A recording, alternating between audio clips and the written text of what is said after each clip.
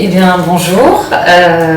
Voilà, aujourd'hui, je suis en compagnie d'Audrey Chintu, que je vais vous présenter. Aujourd'hui, c'est un premier rendez-vous qui va en annoncer bien d'autres parce que j'ai la chance de pouvoir organiser chaque mois un événement qui s'appellera les Rendez-vous de Diane. Donc un événement à la Maison Bien-être à Marseille, 7 rue Francis Dafsault. Où nous allons mettre en lumière chaque mois un artiste, ça peut être un écrivain, une peintre, différentes personnes qui peuvent apporter une lumière sur le combat des femmes qui traversent la maladie, le cancer, et quelque chose qui est joyeux, qui apporte de l'espoir et j'espère que ça vous en apportera et de la joie également. Donc voilà, aujourd'hui c'est Audrey que j'ai rencontrée. J'ai regardé en fait un jour le journal La Provence et j'ai vu un article sur elle et qui parlait de son travail. Ces peintures m'ont interpellée parce qu'il y a quelque chose, vous allez voir après, mais quelque chose de très joyeux, très coloré, très pop, qui mettent les femmes en avant, la force des femmes, le combat des femmes, et c'est un petit peu voilà, le nerf de la guerre et ce pourquoi on est là aussi aujourd'hui. Voilà, donc Audrey, bonjour. Bonjour. Donc j'ai eu très envie de la rencontrer suite à cet article et suite à ses peintures. Donc dis-moi un peu comment tu en es là, comment tu as commencé à peindre. Je peignais déjà depuis petite, j'ai toujours adoré les dessins, etc. Mais je m'y suis plongée suite au premier confinement en fait, du Covid. J'ai vu mon activité, je suis graphiste aussi en même temps, indépendante. Et j'ai vu mon activité se diminuer en fait, et donc je me suis mise à peindre, et je me suis dit pourquoi pas, c'est le moment aussi de montrer ma peinture et de produire. Parce que tu peignais Je peignais déjà un petit peu, mais c'était pas vraiment à une fréquence très régulière, c'était plutôt spontané ou lors de commandes, etc. Et là j'ai trouvé vraiment un style qui me plaît, quelque chose de très coloré, et je pense qu'avec ce confinement j'ai eu besoin aussi moi-même d'extérioriser une positivité parce que justement il y avait beaucoup de négatifs avec tout ça, avec la situation, donc j'ai eu envie d'une explosion de couleurs. Alors du coup ça me sert à moi, mais ça sert énormément aux autres, et donc c'est le résultat. Et donc c'est né de là. Très bien. Voilà. Oui, c'est vrai que c'est très joyeux. C'est très joyeux et c'est marrant parce qu'effectivement les peintures reflètent beaucoup l'âme de celui qui les peint.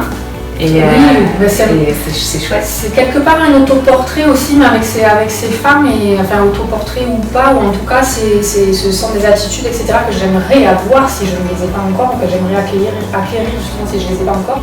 Donc du coup, il y a différentes peintures où en fait tu as été interpellée sur une image et tu as eu envie à ce moment-là de la reproduire sur une peinture. Et il y a également aussi des femmes que tu as rencontrées qui ont combattu le cancer et qui sont engagées et elles t'ont marquée et intéressée à peindre. Oui, c'est ça. Mais en fait, deux notamment dans le cadre de l'exposition au sein de la Ligue contre le cancer. Et ces deux femmes m'ont complètement interpellée, je suis complètement en admiration parce qu'elles ont, malgré la difficulté, elles gardent une attitude tellement positive, tellement combative, et quand j'ai vu leurs photos, leur expression, avec une explosion de joie, etc. Et ça m'a vraiment interpellée, ça m'a même émue, et de savoir que ces femmes, j'ai eu contact avec elles et je discute et je dialogue avec elles. Je vais les voir justement pour l'exposition. Donc ça c'est beau, et j'ai pris plus de plaisir en fait à peindre ces toiles-là.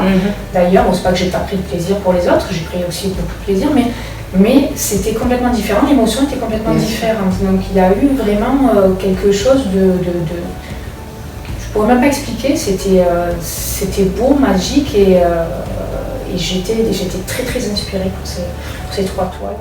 Oui, parce que c'est un vrai échange en fait. Oui, c'est ça. Il y a eu un vrai échange. C'est ça, et c'était leur combat est tellement magnifique, c'est tellement touchant, et donc ça m'a beaucoup marqué.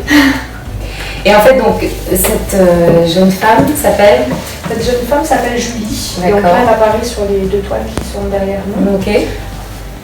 Et qui a été atteinte du cancer et qui se bat maintenant pour justement proposer aux femmes atteintes des petites perruques avec des franges, des turbans, etc. pour pouvoir s'embellir un peu une fois qu'on n'a plus de cheveux, qu'on a plus ça leur permet Oui, et puis en faire un accessoire, un accessoire de mode à part entière.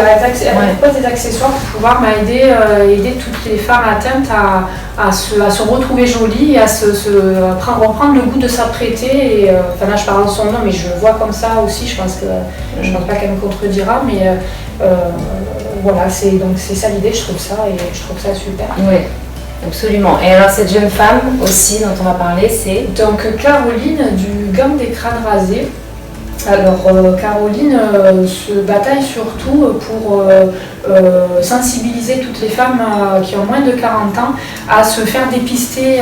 Donc c'est bien parce que souvent dans le monde médical on se fait dépister mais qu'à partir de 40 ans ou plus, mais c'est très important parce qu'il y a quand même pas mal de femmes en dessous de 40 ans qui sont atteintes du cancer, donc elle met l'accent sur ça et fait plein d'opérations justement pour encourager toutes les femmes à moins de 40 ans de se faire dépister. Donc ça prend forme, ils sont un grand groupe, ils s'agrossissent, elles font des défilés, elles défilent, elles s'encouragent aussi à se montrer crâne rasé, c'est pas une honte, et au contraire à se trouver jolie. Même avec le crâne rasé, c'est pas parce qu'on n'a plus de cheveux qu'on n'est pas une femme et qu'on n'est pas féminine, on est voilà. Donc voilà son combat, le combat de Caroline. On aura la chance d'avoir tes peintures exposées à la Maison Bien-être. C'est cela très, très prochainement, le 7 octobre, à partir de 18h30 pour ce vernissage. Exactement. Je tenais à parler aussi de la Maison Bien-être, qui est un endroit incroyable, vraiment, qui est 7 rue Francis Davsault, qui a ouvert il y a très peu de temps et qui accueille les malades jusqu'à 2 ans après la déclaration de la maladie. Voilà, c'est un endroit convivial où les malades se retrouvent, peuvent discuter entre eux, peuvent avoir accès à un suivi psychologique, à du sport, à des soins de beauté,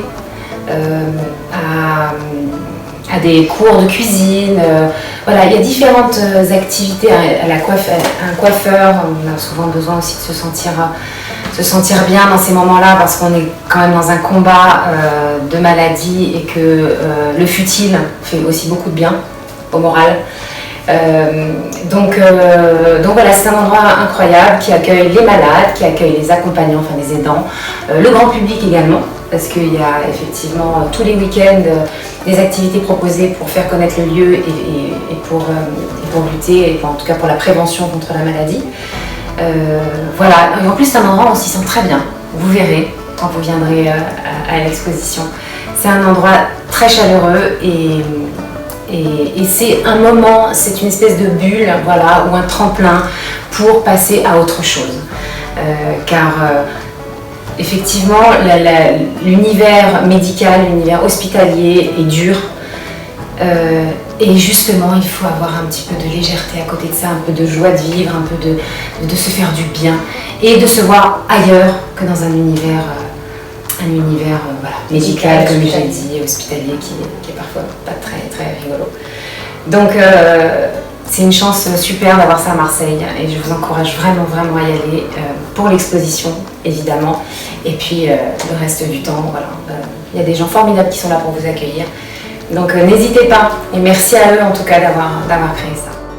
Je vous donne rendez-vous bien évidemment le 7 octobre, venez nombreux et vraiment venez nombreux aussi à ma Maison Bien-être et parlez-en autour de vous, c'est important.